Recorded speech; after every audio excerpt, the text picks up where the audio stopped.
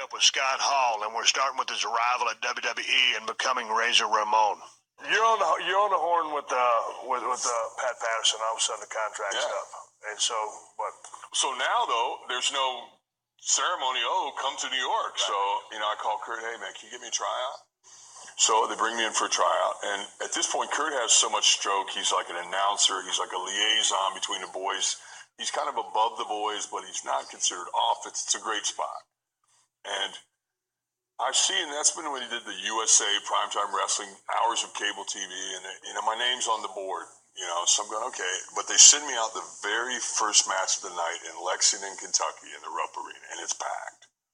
Now, normally, I knew, because having seen it since I'd been there, when guys come in and you have a little name somewhere else, they bring you in, put you with a job guy, then beat you, just to check your attitude before we go any further. Is this guy Mark or not? Like, they'd bring in a guy who'd been around, put him with nobody, and have the guy beat him. And if you came back bitching, see ya. So they put me over to the guy, because I was expecting to do a job. I didn't know. And I went over, and when I came back, I was summoned to Vince's office. And they were erasing my name off the thing. But I've been trained by Kurt, come straight back through. I know it was good. I come straight back through, go meet with Kurt. The guy comes up, oh, Vince wants to see you. Kurt goes in with me. So now I really feel comfortable. And this is when everything was like, Bossman was really a corrections officer, so he was a corrections officer. Right. Badass gimmick. And but see, now they all don't work out that way. He looks at me going, oh, I understand your father was a career Army officer. And I went, Vince, you want me to be G.I. Joe? I'll be the best G.I. Joe I can be. I said, did you ever see Scarface? He went, oh, no. And I went, say hello to the bad guy. And Kurt's doing it with me. And Vince is laughing. So he starts going with it. He goes, I like it. He goes, we need a name. Now I know I'm having this tryout. I know I might get to talk to Vince, so I'm preparing. Right. And I'm thinking, it was a different era then, marketing was becoming a big deal. And I've had the matinee idol look, so I'm thinking, okay, maybe Shrug Shadow.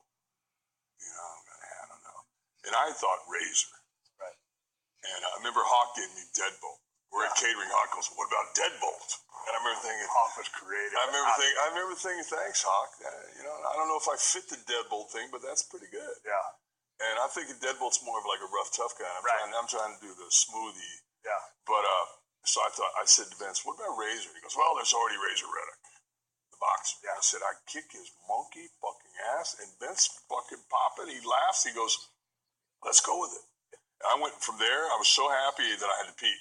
So I'm in there peeing in the urinal, and Tito Santana's washing his hands. I remember when Tito, I need a last name starts with an R. He went, Ramon. I went, boom. Vince, Razor Ramon. He goes, that's it.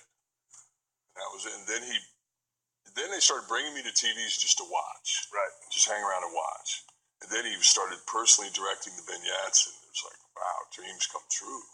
So he knew this was a money gimmick. I mean, he had to. Well, I think so. And then the way they booked me, right away they put me. And see, I've been around the business long enough to know that I'm getting pushed. Like when I got to AWA, I didn't know I was getting pushed. When I was in Japan, I didn't realize how good I was getting pushed. Right.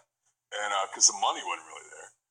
But and they put me with Heenan, Perfect, and Flair in a little combo. So that was their top guys. So you turn into Razor, and Vince is personally doing the vignettes. So what's your MO as far as getting over? Because you're there to get over, and then you're going to be working on top. This is where I really drew on what I learned in Puerto Rico. Because I went down there and I worked with Carlos Colon. This is back when they ran baseball stadiums. Right. Business was good. And I studied a lot of tapes on Carlos's angles. I watched what he did with Stan Hansen, what he did with Bruiser Brody. Not so much for like move stuff, but just for the whole psychology of how to work a program, how to work an angle. And Puerto Rico's a really violent society. I mean, down there when they show the news, they don't edit it out. Like if a guy was shot point blank in the head, they show it. Right. So the people are conditioned that way. Every town has a little cockfight arena. Right. Like they're a violent society. Right. So to get over down there, you've got to be a badass.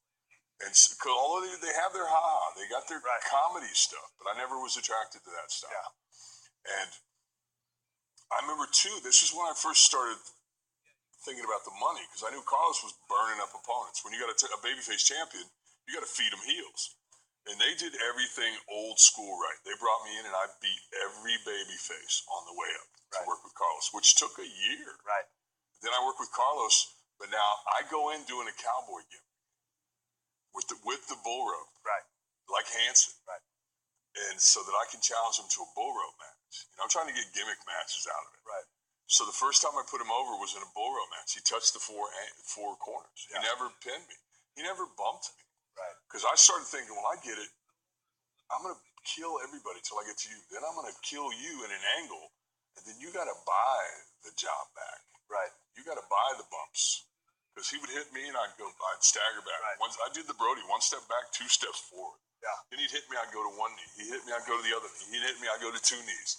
But I saved the one bump for like the end. Right. And it was working because Carlos was happy. The stands were full. And I just took that. I don't know. I guess it just hit me at that point. I remember Dusty telling me when I started, he was laying out a match to me and he said, now, baby, a lot of this ain't going to make sense to you now. But down the road, you'd be riding down the road and it'll click.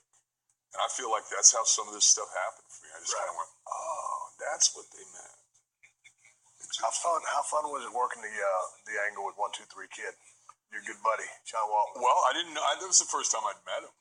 Was that night, and I remember getting there, and we were, been on the road and beat.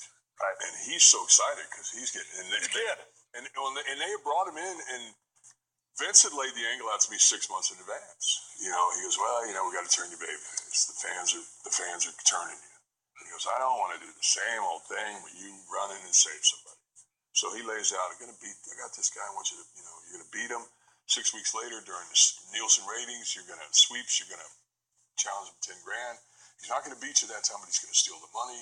He's going, then I'm going to have all the other heels comment on him. What a loser. And he goes, I think SummerSlam, you work with DiBiase and beat him with your finish. 6 months in advance. That's what we did. Right. And I remember now I'm at TV and I'm beat. I'm laying on the floor, like sleeping. And Kid comes up, hey man, how you doing? Like, we're working together, we're working tonight. And I'm like, okay, I'll get with you later, bro. And so I go to Pat Patterson, what do you want me to do with this guy? And he goes, oh, he can do anything. He does everything. I said, no. How do you think it should go? Because I'm thinking just treat him like a job guy, then have him beat me. And he goes, yeah, of course. So that's what we did. I told him, you got one thing, bro. What do you want it to be? He goes, moonsault. So that's what we did.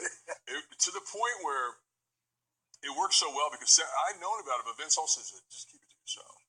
And I learned the power of that. Like, sometimes you got to kayfabe everybody. Right. And so I remember Papa Shango came up to me, Godfather came up to me afterwards and went, man, did you fail the piss test? And I went like, I don't know what's going on, man. I just do what they tell me, bro. I remember. So he thought because you did the favors, you've been punished. They just beat me. And I remember Rey Mysterio, who I met years later, said, man, we watched it in Mexico, and we thought, like, kid's knee hit you. We thought you really, like, it was a shoot. Yeah. It really beat you. And it was actually an angle to get me over. Right. But we liked Kid, and he is such a special guy. Yeah. That we both ended up getting breaks. Damn right. Because it was kind of like we were one and done with him, but then he was so talented, it rolled with it. I was talking to Sean a few weeks ago, and then I was watching the $10,000 challenge match, and he goes off the top. He's going to do the gimmick. He botches, boom, on the concrete. Eats the concrete in Poughkeepsie. Take me through that. What were you thinking? Okay, I got his side of it. The storyline was going to be, the storyline going into it was like, I'm gonna kill this guy. Yeah. I murder him. So I throw him to the floor. I move the mat. I set him up. I'm gonna give him razor's edge on the concrete. Yep. He backdrops me on the thing. Yep. Now, having only worked with him one time prior, which was just a squash match, I fought myself with it because I didn't realize how good he was. Right. Now he's going to go to the top and dive off on me onto the floor. Now I got up quicker because I thought I wasn't sure what his time was going to be. Like, is he there? Is he not there? Like, so I started to turn, and I got up too fast, and he wasn't. He was climbing slowly. So then he tried to meet me, and he tripped and ate it on the concrete right at my feet. And I mean, he hit his head. I remember I looked at Baby Earl was right there. Earl Hebner. I looked at him, and Earl went, fuck it, pin him. But I mean, and because they're going, we're going off the air live. Yeah. And this is this angle we built for. But I'm going, I can't do that. And I look at Vince, and Vince is doing the commentary, and he just looks down. Now, when I hear it back, he wasn't blowing me off. He's just continuing to do his job. Right. And I'm going, oh, what do I do? And I'm going in, and I'm thinking, small package. Right. Screw it. We got it. I can't beat you. Right. But he didn't know Vince doesn't know the kid's out. No, and he's out. I mean, kid's out. I'm looking, and Baby Earl's already said beat him. Yeah. And I'm looking, and I'm going, what do I do? What do I do? And they're counting. They're going 1 minute. And I'm going, and I'm looking at kid, and he goes, moonsault. I mean, his eyes are rolled back in his head. And he goes, moonsault. And I'm going, just like last time. Move, moonsault. I mean, really making sure, because he's not there. Yeah. I shoot him in. He moves, and he doesn't even look back. He gets up there and just dives back, covers me. 1, 2. I kick out, and if you watch the tape back, you can see me and Baby Earl going, get the money. Yeah. Because he gets up like, huh? And he's out of it. Yeah. And then he gets the money, and now I'm thinking he's supposed to run because they're going to film me through the building. So I'm going, and I'm coming up behind him, and I'm going, he's not running. So I'm going, you know what? I'm just going to tear his head off with a clothesline, knock him through the apron, and maybe we can get out there. And I pull back, and he must have had radar because he went, and he took off. The funny thing was that he happened to have a car waiting for him out there. Oh, yeah, right. All of a sudden, and he's in his gear, and I'm in the snow, like, what? Hey, let's talk about the ladder match with Shawn Michaels. Whose idea was that? How was that presented to you? Because this would be, and I was researching ladder matches, and they were doing a World of Sport in the 70s. But this was kind of a ladder match for the ages, and kind of was I don't know, maybe the starting point for what would turn into TLC matches and just amplify where the business is at right now with respect to the crazy, outlandish bumps and spectacular. But I mean, on one hand, spectacular. On the other hand, kind of almost sets the business back. But that was an awesome match you guys put together and groundbreaking. So, what was your take going into that match with Shawn? Well, y'all were buds going into this, right? We were traveling together every night anyway, and now we're wrestling each other and traveling together. But I'm just comfortable with it because it was never a hatred angle. It was always like, I'm better than you. No, you're not. And prove it. I'll be the guy who looks like Elvis. See you out there. Yeah. You know, it was never about I hate you, I kill you. It's like I'm better than you. Right. And but I remember, you know, they used to run 2 towns back then, and often the IC belt was on top of the B towns, which was a good spot. And Shawn and I was in California because that was Jack Lance's towns. And I remember we walked in and just said ladder match. Like, we weren't consulted about it. Nobody asked us anything. And I don't think I'd ever had one. I think Shawn may have had one with Brett prior to that.